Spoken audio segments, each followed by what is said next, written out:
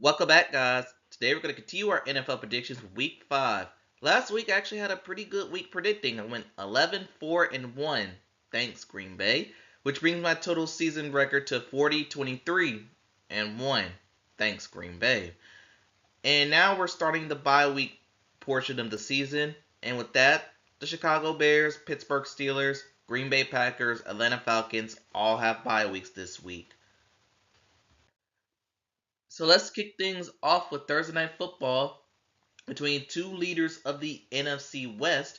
That is the 49ers taking on the Los Angeles Rams. 49ers, I called it. Lost to the Jacksonville Jaguars at home. And the Los Angeles Rams, they bounced back, picked up a win over the Indianapolis Colts thanks to a late game Tutu Atwell touchdown. And this game going to be played in Los Angeles, but let's be real, it's going to be 90% 49er fans there. But I will say Brock Purdy is once again questionable as his toe got bothered again. And seriously, I don't know if I could take any more of these 49ers injuries. It's getting depressing. And with that, because I think Brock Purdy might be injured, I'm going to go with the Rams to win at home, even though they're going to be fighting 90% 49er fans in the building. And now we got a London battle between the Minnesota Vikings taking on the Cleveland Browns. The Vikings losing on the road, losing quote unquote on the road against the Pittsburgh Steelers. They turned the ball over way too much in that game. While the Cleveland Browns, they got the win. They did not win over the Detroit Lions. Even though I thought the scoreboard does not tell the story of that game. It was a pretty close battle until the Lions pulled away late. And I just got this news. Dillon Gabriel will be starting this game. He'll be getting his first career start overseas. And because of that, picking this game them got really, really hard. Because with Flacco, I still was going to take the Cleveland Browns.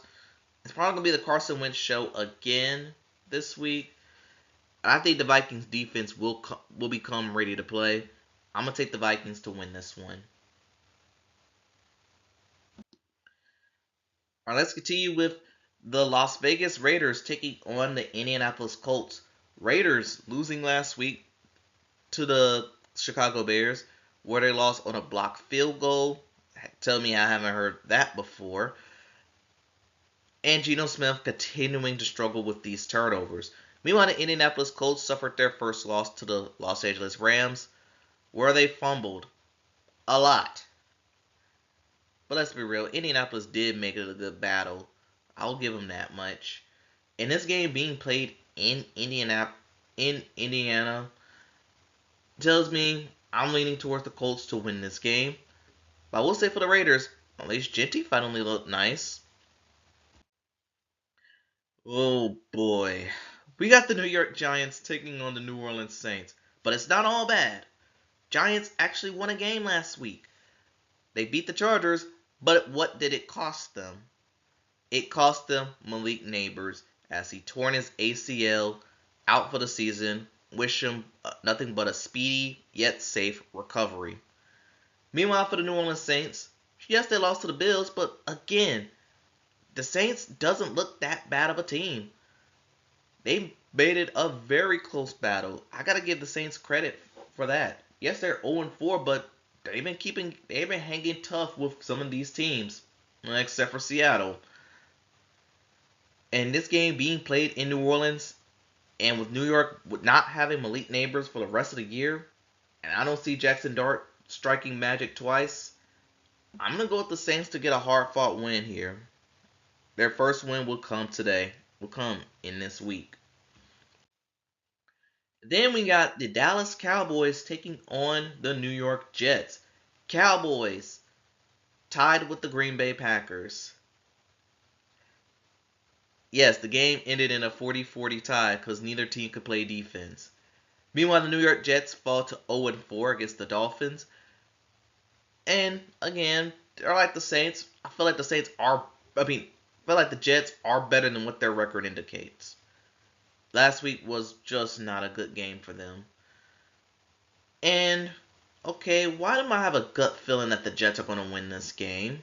I know the Cowboys are favored. They got a good offense. Dak went nuclear last week. But I feel like the Cowboys are going to have to score 40 points, 45 points at least, to avoid losing because their defense is just terrible. At least the scheming is god awful there. And the Jets, but one thing about the Jets, they don't have the greatest passing offense, and that's where the Cowboys tend to struggle.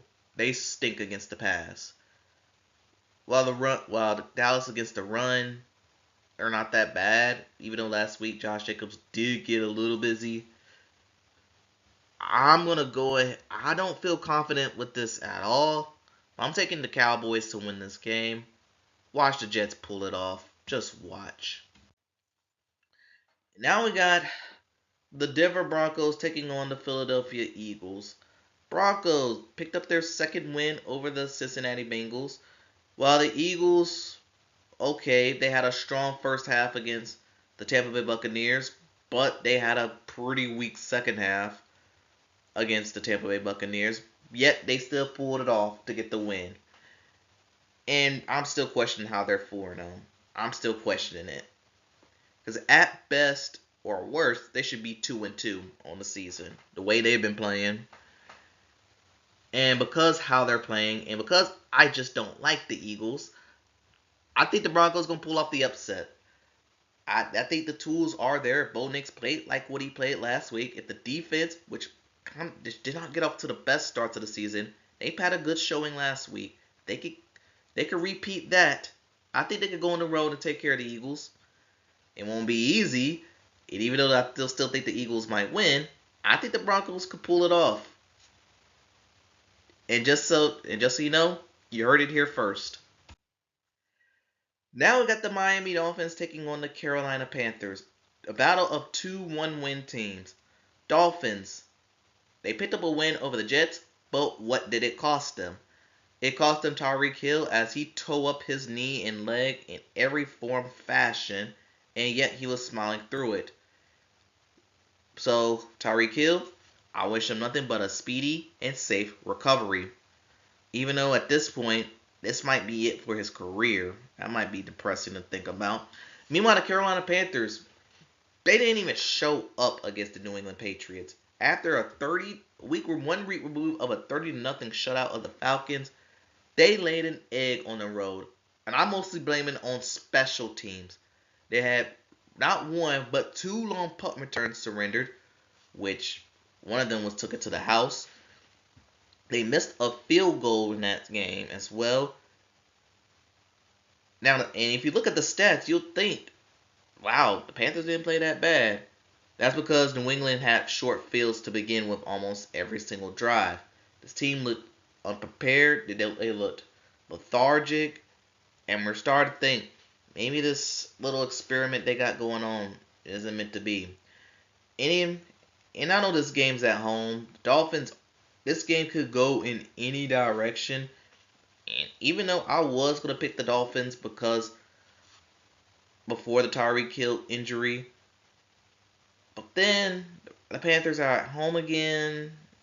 I don't know. This one's a tough one to pick. I'm going to go ahead and still take the Dolphins because sure Tyreek is gone. They still got other weapons on offense to make the Panthers' life a living hell. But I do think the Panthers will play much better than they did last week. Speaking of teams that need to play better, we have the Houston Texans and the Baltimore Ravens. Texans picked up their first win of the season against the Tennessee Titans, and it was not that hard to do. While the Ravens got shellacked by the Kansas City Chiefs, and Lamar Jackson will not be playing this week or next week. He'll probably be reevaluated after that, as he hurt his hamstring, which means Cooper Rush will be starting. Yeah, I know that does not inspire anyone. And because of that, the Texans actually have a shot to win this game. The big question for the Ravens is, can their defense step up? Their defense has been terrible, and with the injury to Matabike, I think that's his name. Yeah, it's about to get even worse. I'm not expecting, even though I'm not expecting that many points this week, I might lean towards the Texans to win on the road to get over their kryptonite in the Baltimore Ravens. Maybe with this win, the Texans season could get back on track. And now we got the Tennessee Titans taking on the Arizona Cardinals. Titans shut out against the Houston Texans. Brian Callahan is still somehow employed. He should have been fired after that game. While the Arizona Cardinals, they lost at home to the Seattle Seahawks on Thursday Night Football. While they played like booty the first 3 quarters, but the fourth quarter they turned it up. They turned it up a notch. And good, and even though it was good, it just wasn't good enough. But luckily they're playing the Tennessee Titans. I think the Cardinals shouldn't have a problem here. And if you play the Eliminator game, this might be the game you should go to. Even though I got eliminated last week. And even though this is not the game of the week, this will be the Jersey matchup of the week, where the Tampa Bay Buccaneers will be taking on the Seattle Seahawks. Both teams will be donning their throwbacks for this one. But Tampa Bay, tough home loss to the Philadelphia Eagles. They did not start off that game well at all. They did come back, rallied, but it was just too little too late. Meanwhile, Seattle picked up a huge road win over the Arizona Cardinals. And surprisingly, this team is 3-1. I did not see this coming for Seattle. And with this game being played in Seattle, Bucks still dealing with a couple injuries here and there. I'm going to go with the team that got the extra rest in the Seattle Seahawks to win this game. But I'm expecting this to be a great battle and a good matchup to look at. Oh, God. We got the Detroit Lions taking on the Cincinnati Bengals in a battle of kitty cats. I'm starting to lose my voice, so I'm going to go through this pretty quickly. I'm going to take the Detroit Lions to win. Cincinnati does not have no chance without Joe Burrow. Sunday Night Football, New England Patriots, Buffalo Bills. Patriots beat up on the Carolina Panthers. Bills went 4-0, beat the Saints. Bills be wearing their whiteout Bills be wearing their whiteout uniforms. And with this being Sunday night at home, I'm going to go with the Bills to win. Monday Night Football, we have the Kansas City Chiefs taking on the Jacksonville Jaguars. Jaguars will be wearing their throwbacks again. Chiefs look back to normal. And the Jacksonville Jaguars got a surprise road win over the San Francisco 49ers. And even though Jacksonville's defense has been very, very good in this season so far, I think the Chiefs are getting back to normal. I'm going to take them for the win.